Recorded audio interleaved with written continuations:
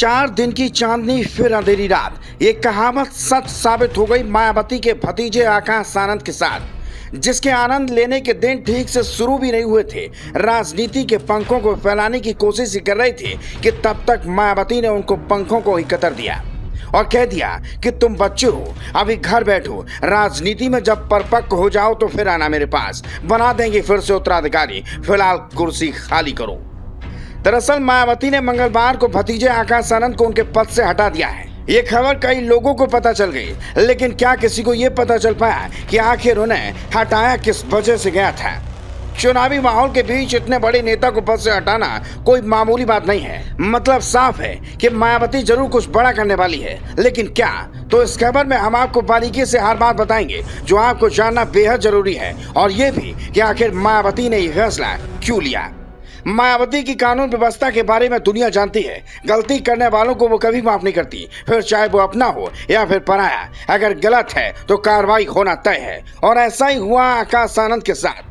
बता दें, बहुजन समाज पार्टी की नई पीढ़ी के तौर पर पार्टी में अहम पदों पर काबिज किए गए आकाश आनंद महज 5 महीने ही नेशनल कोऑर्डिनेटर पद पर रह पाए। आकाश को बीते वर्ष दिसंबर में लखनऊ में हुए पदाधिकारियों के सम्मेलन में मायावती ने अपना उत्तराधिकारी घोषित किया था। हालांकि उन्होंने आकाश को यूपी और उत्तराखंड से दूर रहने का निर्णय भी लिया था।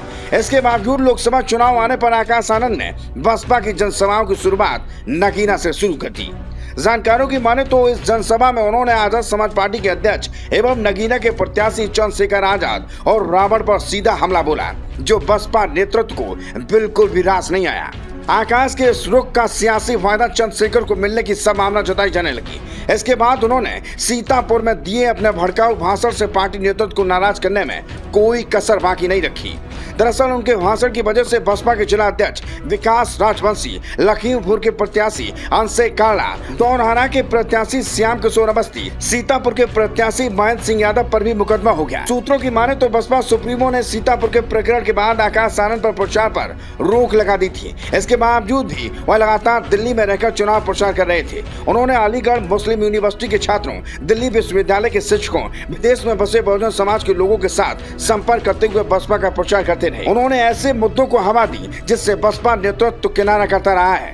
वहीं बसपा सुप्रीमो खुद भी लगातार चुनाव के आदर्श आचार संहिता का उल्लंघन करने पर चुनाव आयोग से सख्त कार्रवाई करने की लगातार मांग कर रही थी।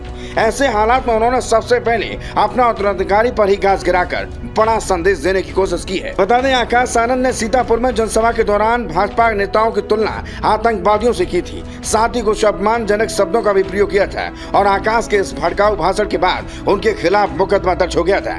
जिसके बाद बसपा सुप्रीमो ने मंगलवार को एक्स पर बयान जारी करके हुए उनको नेशनल कोऑर्डिनेटर के पद से अपने उत्तराधिकारी की जिम्मेदारी से हटाने का ऐलान कर दिया। हालांकि उन्होंने आकाश आनंद के पिता और अपने भाई आनंद कुमार को पार्टी व मूवमेंट के हित में पहले की तरह अपनी जिम्मेदारियां निभाने की बात कही है। Bureau report.